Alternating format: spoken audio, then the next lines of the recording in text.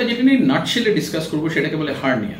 এবার এই হার্নিয়া জিনিসটা কি, অ্যাকচুয়ালি যে কোনো রকম বডির যদি ন্যাচারাল কোনো অরিফিস বা ফুটো থাকে, সেটা দিয়ে যদি বডির ভেতরের অংশ বাইরের দিকে প্রোট্রুড করে বা বেরিয়ে আসে, সেটাকে হার্নিয়া বলা হয়। বা যদি অ্যাবনর্মাল কোনো ফুটো তৈরি হয়েছে আগের অপারেশন থেকে, চোট থেকে, ট্রমা থেকে, কাশি থেকে, সেটা দিয়ে যদি কোনো প্রোট্রুশন হয় the inside viscus, then also it is called a hernia. তো টিপিক্যালি আমরা হার্নিয়া কি পাই, এক্সটার্নাল হার্নিয়া বা ইন্টারনাল হার্নিয়া। ইন্টারনাল হার্নিয়া কিরকম, একটা হতে পারে খুব কমন হায়াটাস হার্নিয়া, যেটা স্টামাকটা বুকে উঠে যাচ্ছে, ইসোফেগাসের দিকে, চেস্টে উঠে যাচ্ছে। ইন্টারনাল হার্নিয়া আর কি হতে পারে, ডুওডেনামের পাশে, প্যারাকোলিক, প্যারারেক্টাল এটসেট্রা, যেগুলো কোলন, রেক্টাম অর্গানের পাশে বা অর্গানের তলায় ঢুকে যাচ্ছে।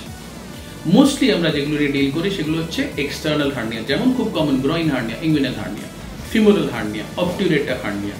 Depending on the different contents of the hernia, it can be an ambient hernia, a little hernia, it can be a Richter's hernia and ventral hernia. অর্থাৎ কুচকিতে নয় বা কুচকির আশেপাশে নয়, যেটা পেটের যাবতীয় যে কোনো জায়গা থেকে হতে পারে।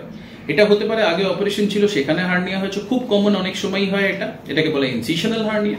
আবার হতে পারে primary, which is called a ventral hernia. এবার এই হার্নিয়ার অনেক রকমের ডেফিনিশন আছে, কেউ বলে epigastric, paraumbilical, umbilical, periumbilical, hypogastric, lumbar. But আবার ডিভিশনসও আছে যে এত থেকে এত সেন্টিমিটার হলে একটা, ডব্লিউ, এল, এরকম ভাবে ক্লাসিফিকেশন সিস্টেমও করা আছে। আমি কমপ্লেক্স সিস্টেমে যাচ্ছি না। So basically any outpouching abnormal is a hernia. এটা বালজও হতে পারে। হার্নিয়ার ক্ষেত্রে টিপিক্যালি কি হয়, যে জিনিসটা কাশলে বা দাঁড়ালে বা স্ট্রেন করলে বেরিয়ে আসবে বা বড় হয়ে যাবে, শুলে বা রেস্ট নিলে সেটা ঢুকে যাবে।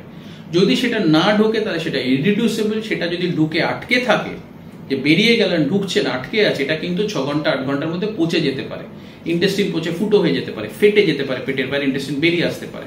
This are called strangulated hernia or strangulation with a perforation, with a burst etcetera. হার্নিয়ার একটাই ট্রিটমেন্ট, অপারেশন। হার্নিয়ার একটাই ট্রিটমেন্ট, খুব ছোট বাদ দিয়ে যে কোনো হার্নিয়ার ক্ষেত্রে মেশ দিয়ে সেটাকে রিপেয়ার করতে হয়। সেটা আমরা ওপেন করতে পারি, সেটা আমরা ল্যাপারোস্কোপি করতে পারি, রোবোটিক সার্জারি করতে পারি। আরেকটা কি, হার্নিয়া খুব কমন চান্স থাকে, খুব কমন না হলেও, হাত ভালো হলে হয়তো আমাদের খুব কম হয়, কিন্তু হতে পারে এই যে আবার ফেরত আসলো। কেন হার্নিয়াটা কিন্তু শুধু মেশের ওপর হলেই যে আর কোনোদিনও হবে না তা না, কারণ হতেই পারে মাংসপেশির জোর কম, ওবিসিটি আছে, ডায়াবেটিস আছে, ক্রনিক কিডনি ডিজিজ আছে, ইসকেমিক হার্ট ডিজিজ আছে, ক্যান্সার আছে, ইমিউন ডেফিসিয়েন্সি আছে, এইচআইভি আছে, হাইপোথাইরয়েড আছে, কর্টিকোস্টেরয়েড নিতে হয়, 1000 রকমের ওষুধ নিতে হয়। তাদের ক্ষেত্রে কিন্তু হার্নিয়া রেকারেন্সের চান্স বেশি থাকবে, এটা সার্জনের কোনো দোষ নয়।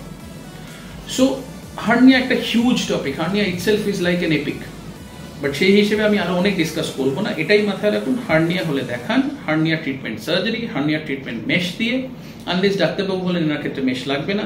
রেকারেন্ট হার্নিয়ার ক্ষেত্রে মেশ দিয়ে। Laparoscopy is a very good method, but then কিছু ক্ষেত্রে open surgery is a better method, open surgery is a preferred method.